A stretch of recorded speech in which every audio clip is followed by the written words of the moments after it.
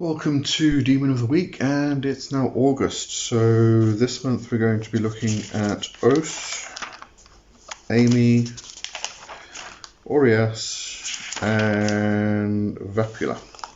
Okay, so let's start with Os. Welcome to my channel. You are entering the world of magic and mysticism with your host, Lee W. Johnson. Keep the lights on and help improve the channel by becoming a supporter for just $2.99 per month. Hit the join button. Alright, Os or Ose, also called voso. Alright, so let's get straight into the correspondences. Date is October 12th to 22nd, direction east, tarot, four of swords, planet Mercury, metal Mercury, element air, color orange, plant horsetail, incense storax, zodiac is 20 to 30 degrees Libra, and the N is Ayer Serpente Ose, or Os, depending on how you want to pronounce that. Okay, the Ask Goetia states, appeareth like a leopard at the first, but after a little time he putteth on the shape of a man. His office is to make one cunning in the liberal sciences and to give true answers of divine and secret things. Also to change a man into any shape that the Exorcist pleaseth, so that he is so changed will not think any other thing than that he is in verity that creature or thing he is changed into. It's quite convoluted, but basically shape-shifting. Alright, just to put that all into a nutshell. Connolly says to learn foreign languages or to pick up on computer or workspace skills. So if you are a programmer, Os could be a very good one for you. Work with Os when working magic for other people. It will help open them up to the changes, especially changes in thought or opinion. Good to know. Myrta Waite suggests or states that the name seems to derive from the Latin os, which means mouth, language, and I can't read my own writing there. So obviously language, mouth, speaking, speech, things like that. Or osor, which means that who abhors. Teaches liberal arts, answers divine and abstract questions, helps one shapeshift, potentially through the next power, can drive one mad or bring one back from madness by making one think that they're that which they're not.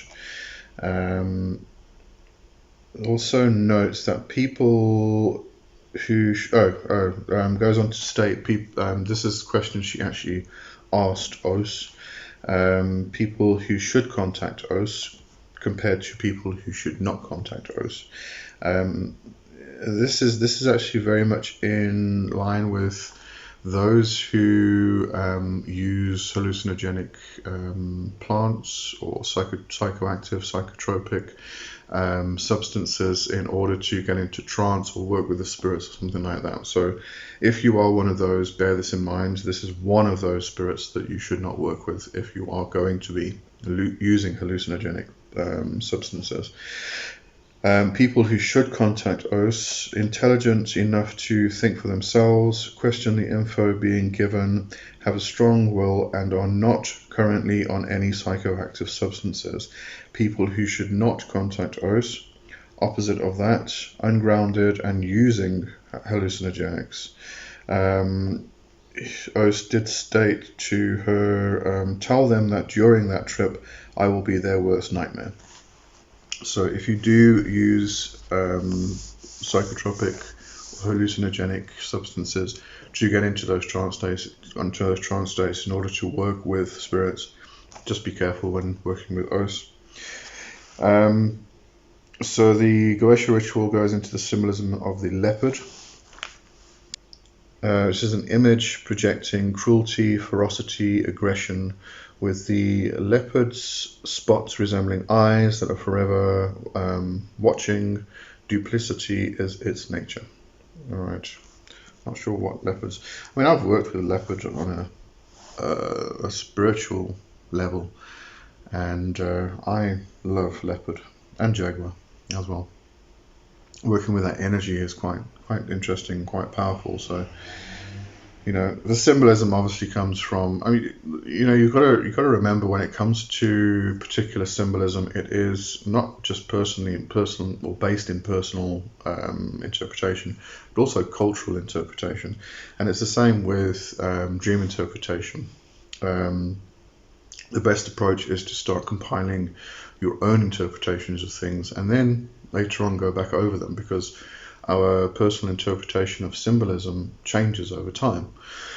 So, you know, the best example I ever came across was in dream interpretation. As far as I remember, it was from Scott Cunningham's book. He stated in there that, you know, two people who are or have a dream of a marriage, and person A has just gotten married and very happy and, you know, over the moon and everything else. Person B has just been through a really bad divorce. So if they had the same dream of marriage, they're going to have two completely different interpretations. So to go and read a dream interpretation dictionary, which is a generalized interpretation of symbolism, can fail you a lot, and also based on from culture to culture, different symbolism means different things. So, you know, the symbolism in here, I like to include it because it does give some indications sometimes of the symbolism used in the representation of the spirit that the Goetia actually comes up with. But just bear in mind that it is generalized. It's not based, or it's not based in, it can't be based in all cultures and all personal interpretations. So whatever your interpretation is, bear that in mind and take that one as a grain of salt, with a grain of salt. But generally, I just like to include it because it does have some interesting things sometimes. Other times it kind of misses the mark. Alright, so that is Os, and I'll see you next week for Amy. Alright, have a good one. Cheers for that. Bye bye.